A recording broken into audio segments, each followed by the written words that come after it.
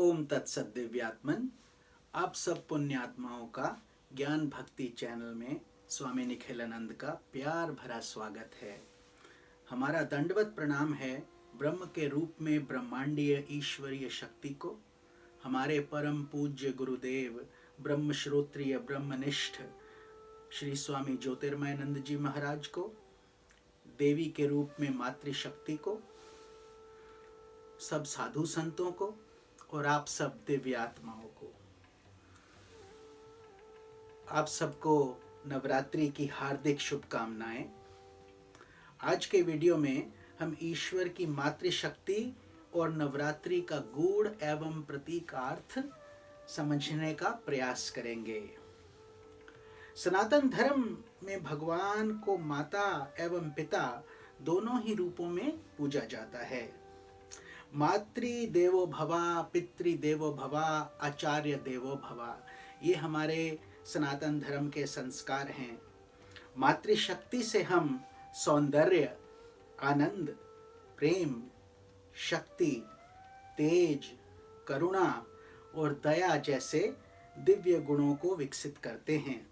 तो पितृ रूप में सत्य, ज्ञान, धर्म, न्याय आदि के गुणों को। हिंदू अर्थात सनातन धर्म में मातृ पूजा का एक गूढ़ और विशेष स्थान है जो कहीं और इतनी विस्तृत रूप से देखने में नहीं आता। ये हमारे धर्म की विशेष कृपा है। तो नवरात्रि आ रही है, आप सबको बहुत बहुत नवरात्रि की शुभकामनाएं। इसमें हम देवी माँ की 9 नवरात्रि मतलब 9 नाइट्स, 9 रातें, तो 9 रात्रि अर्थात दिन और रात हम देवी माँ का पूजन करते हैं, श्रवण करते हैं, निधिध्यासन करते हैं। बहुत शुभ समय रहता है हम सबका मातृ रूप में अपना आध्यात्मिक उन्नति करने के लिए। और इसके बाद 10वां दिन रहता है विजयदशमी का, which means the 10th day of victory. इसमें हम विजय प्राप्त करते हैं। तो ये एक ही देवी हैं, इनको हम विभिन्न रूपों में प्रत्येक दिन पूजते हैं। तो पहले 3 दिन हम दुर्गा देवी की पूजन करते हैं, स्तुति करते हैं। दूसरे 3 दिन हम माँ लक्ष्मी की पूजा करते हैं और तीसरे 3 दिन माँ सरस्वती के रूप में माँ की स्तुति और पूजा करते हैं। तो गूढ़ अर्थ के हिसाब से ये 9 दिन हमारी आध्यात्मिक यात्रा का भी प्रतीक हैं। माँ विभिन्न रूपों में आकर हमारा कल्याण करती है।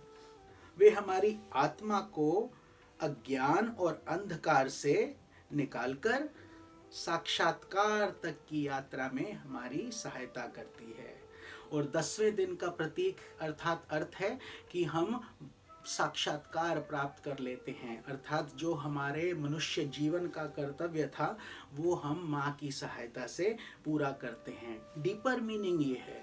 रिचुअल्स के हिसाब से हम पूजा करते हैं, दीप जलाते हैं, आरती गाते हैं, वो सब तो अच्छा है ही, लेकिन इसके गूढ़ अर्थ को भी यदि हम समझेंगे तो हमारा बहुत कल्याण होता है। तो माँ हमारी आत्मिक शक्ति को कैसे विस्तृत करती है, कैसे बढ़ाती है। जैसे एक माँ के घर में हमारे माता पिता से ही हमारा जन्म हुआ है, तो जब हम पैदा होते हैं तो हम एकदम शिशु के रूप में होते हैं। तो ऐसे ही हमारा जब आत्मा इस धरती पर आता है तो वो एक इन्फेंट सोल है, शिशु के रूप में। तो उस समय माँ हमारा बहुत ध्यान से पालन पोषण करती है, हमारी आध्यात्मिक उन्नति में विभिन्न रूप से सहायता करती है। जैसे कि अभी हमने बताया कि माँ तो एक ही है लेकिन उनके रूप अलग अलग हैं। तो कभी वो दुर्गा के रूप में, कभी लक्ष्मी के रूप में और सरस्वती के। अलग अलग देवियाँ नहीं हैं, एक ही देवी है, लेकिन उनको उनकी रूप और उनके फंक्शंस अलग अलग हैं। इसीलिए हम उनकी स्तुति विभिन्न रूपों से भी करते हैं। तो जो हमारी शक्तियों का विकास करती हैं 9 दिन की, पहले बताया आपको, पहले 3 दिन माँ दुर्गा, फिर 3 दिन माँ लक्ष्मी और 3 दिन माँ सरस्वती। तो चलिए इसका थोड़ा हम एनालिसिस करके डीपर मतलब को समझें। तो जो पहले 3 दिन हैं माँ दुर्गा का अगर आप चित्र देखेंगे तो उनके पास कई आयुध हैं, गदा है, तलवार है, तीर कुमान, हर तरीके से वेपन्स हैं उनके पास, अर्थात जिससे हमारा वो दानवों का वध करती हैं। तो वो पहले 3 दिन हमारी क्रिया शक्ति पर कार्य होता है। क्रिया शक्ति क्या है? एक्टिविटी पावर, जहाँ से हम कार्य करते हैं। तो कुंडलनी के हिसाब से वह हमारे मणिपुर अर्थात नाभि चक्र में हमारी क्रिया शक्ति रहती है। तो वो माँ हमारे मल को दूर करती हैं। मल मीन्स इम्प्योरिटीज। जैसे अगर आप शीशा देखते हैं तो शीशे में अगर मैल लगा है तो आपको अपना प्रतिबिंब चित्र नहीं दिखता है, तो आपको पहले शीशा को सफा करना पड़ता है। इसी तरीके से हमारे ये 3 अवरोध हैं, मल, विक्षेप और आवरण। तो मल का मतलब जो डर्ट है उसको धीरे धीरे माँ अपने विभिन्न आयुधों से हमारा वो नष्ट करती है। हमारे अंदर के जो विभिन्न तरीके के अवगुण हैं, जैसे कि काम, क्रोध, लोभ, मोह, मद, मत्सर्य, so desire, anger, greed, ego, jealousy, तो ये सब हमारे अंदर जो ये अवगुण हैं, इनको धीरे धीरे माँ जो है हमको लगता है कष्ट हो रहा है, क्योंकि जब भी हम इन गुणों पे, अवगुणों पर हम कार्य करते हैं, इट इज़ नॉट ईजी, ये आसान नहीं है इन गुणों से बाहर निकलना। क्रोध पर कितनी देर हम विजय प्राप्त नहीं हो पाती है, तो माँ वो हमारी सहायता करती है विभिन्न वेपन से, ताकि हम इससे ऊपर उठें। तो इसीलिए उसके हाथ में सिंह पर भी सवारी करती हैं, राइड्स अ लायन, ताकि अलग कैसे भी अंदर करुणा है, ऊपर से वो हमको जो कष्ट प्रतीत हो रहा है कि हम साधना कर रहे हैं, लेकिन माँ की करुणा के रूप में वे हमें हमारा विकास कर रही हैं। तो ये तो हुआ पहले 3 दिन का माँ दुर्गा की स्तुति, जो कि हमारा क्रिया शक्ति को विकसित करती हैं। दूसरी हमारे हार्ट सेंटर में आते हैं, जहाँ पर हमारा हृदय चक्र है, उसको कुंडलनी के हिसाब से अनाहटा चक्र कहा जाता है, जहाँ पर हम अपनी आत्मा का स्वरूप भी महसूस कर सकते हैं। तो उस वहाँ पर हमारी रहती है इच्छा शक्ति। तो जैसे पहले 3 दिन माँ दुर्गा की हम स्तुति करते हैं, दूसरे 3 दिन माँ लक्ष्मी की स्तुति होती है। तो देखिए सेकंड फेज में क्या होता है, सब वेपन्स खत्म हो जाते हैं, नो मोर एरो, बो, गधा, लायन, वो सब खत्म हो जाता है। तो माँ लक्ष्मी कैसे विराजमान होती हैं? लोटस फ्लावर पर, एक कमल के फूल पर, और उनके हाथ में अभय मुद्रा और धन और आशीर्वाद और 2 लोटस रहते हैं। लोटस का मतलब होता है कमल का फूल, अर्थात कमल कितना ही जल में रहे, जल का असर उस पर नहीं होता, एक एक बूंद वहाँ से गिरकर नीचे गिर जाता है। तो ऐसे ही माँ की कृपा हमारे ऊपर होती है। अब हमको उन वेपन्स की जरूरत नहीं है जो माँ दुर्गा ने हमारा पैथवे क्लियर किया। जैसे कोई खंडर हो तो पहले उसको तोड़ा जाता है, उसके बाद एक नई इमारत बनती है।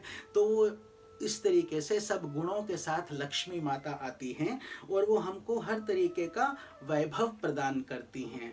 धन और ऐश्वर्य की देवी हैं Lakshmi ji, not only of physical wealth, केवल डॉलर और सोने के सिक्कों से नहीं, बल्कि दैवी संपत्ति से हमको ब्लेस करती हैं, जो कि इन पैसों से कहीं अधिक संपत्ति उस मूल्यवान है। क्योंकि ये धन जिसको हम स्पिरिचुअल धन बोलते हैं, ये हमारे साथ सदैव रहता है। जबकि हम सब जानते हैं ये बाकी सब धन तो इस धरती पर ही रह जाते हैं, यहाँ तक कि हमारे शरीर पर भी जो हमने रिंग्स वगैरह पहन रखा है साथ नहीं जा सकता, कुछ भी नहीं, ये शरीर भी नहीं जाता है। तो इसी तरीके से लक्ष्मी माँ जो है वो क्या हमारे कौन से गुणों को विकसित करती है? हमारे अंदर की दैवी संपत्ति को, अर्थात दया, वैराग्य, शुद्धता, दान, प्रेम, समत्वम, ऐसे ऐसे गुण जो कि एक कमल के फूल की तरह हम खिलने लगते हैं। तो ये हमारी हुई यात्रा 3 से 6 दिन की। और उसके बाद आते हैं 7वें दिन पर, और उसमें आ जाता है हमारा ज्ञान शक्ति। तो पहला 3 दिन क्रिया शक्ति, दूसरे 3 दिन इच्छा शक्ति, तीसरे 3 दिन ज्ञान शक्ति, अर्थात इंटेलेक्चुअल नॉलेज जो भगवान से प्राप्त होती है, केवल पुस्तकें पढ़ने से नहीं, भगवान की स्तुति से, भक्ति से, शुद्धता से। तो ये पूरा प्रोसेस जो है ज्ञान शक्ति वो हमारे आज्ञा चक्र में रहती है। इसीलिए आपने देखा होगा साधु संत इत्यादि सब लोग क्या करते हैं, तिलक लगाते हैं अपने माथे के बीच में। जैसे भगवान भोलेनाथ का भी तीसरा आंख हम देखते हैं, थर्ड आई, इसको ज्ञान आज्ञा चक्र यहीं रहता है, दोनों आईब्रोज के बीच में, नोज के टिप के ऊपर, कुंडलनी के हिसाब से। तो वहां पर हम आवरण को दूर करते हैं। हमारी तीसरी माता सरस्वती माता, तो देखिए सरस्वती माता के पास क्या आ जाता है, विद्या शक्ति आती है। यदि आप उनका चित्र देखेंगे तो उनके हाथ में वीणा है, 2 हाथ में वीणा है, 1 हाथ में माला है और 1 हाथ में वेद हैं। अर्थात यही चीज़ें हमारा आत्मिक उद्धार कर कर हमको आत्म साक्षात्कार के मार्ग तक, द्वार तक पहुंचा देती हैं। तो जब हम इसको शुद्ध रूप से माता का प्रार्थना करते हैं, ध्यान करते हैं, तो हमारा बहुत ही कल्याण होता है। वीणा मतलब हमारे अंदर के जो 4 स्ट्रिंग्स हैं वो सामंजस्य में आ जाते हैं, सुर में आ जाते हैं, अर्थात कर्म योग, भक्ति योग, ध्यान योग, ज्ञान योग। तो जब ये हार्मोनाइज हो जाते हैं तो बहुत सुंदर संगीत की धारा बहने लगती है, हमारा जीवन भी आनंदमय हो जाता है। हर चीज़ में हम भगवान का ही रूप देखते हैं, अर्थात आत्म साक्षात्कार के बहुत ही नज़दीक आ जाते हैं। और 10वां दिन आता है, 10th day is actually self realization, मुक्ति का द्वार, जिसके कारण हमें ये मनुष्य जन्म मिला है, ताकि हम जन्म मरण के चक्र से छूट जाएं। तो ये कृपा होती है इन माताओं की, दुर्गा देवी, लक्ष्मी देवी, सरस्वती देवी, एक ही माता अलग अलग रूप से आकर हमको ठोक बजाकर एक सुंदर हमारा अवगुणों को हटाकर उसकी जगह गुण देकर हमको हमारा आध्यात्मिक उद्धार कर देती हैं। तो उससे हमारा हर तरीके से बहुत कल्याण हो जाता है और हम फिर आत्म साक्षात्कार के पात्र बन जाते हैं। तो 10वां दिन को हम दशहरा भी बनाते हैं, जिसमें आप सबको पता ही है कि भगवान राम रावण का वध करके वापस अयोध्या राम राज्य में चले गए थे। तो राम राज्य क्या है? It is victory over the soul, अपनी आत्मा का कल्याण करना, राम का राज्य प्राप्त कर लेना। क्योंकि जब तक राम जंगल में हैं, गुमे हैं, सीता को ढूंढ रहे हैं, वन में हैं, अलग अलग तरीके के कष्ट हैं, वो हमारी साधना का समय है।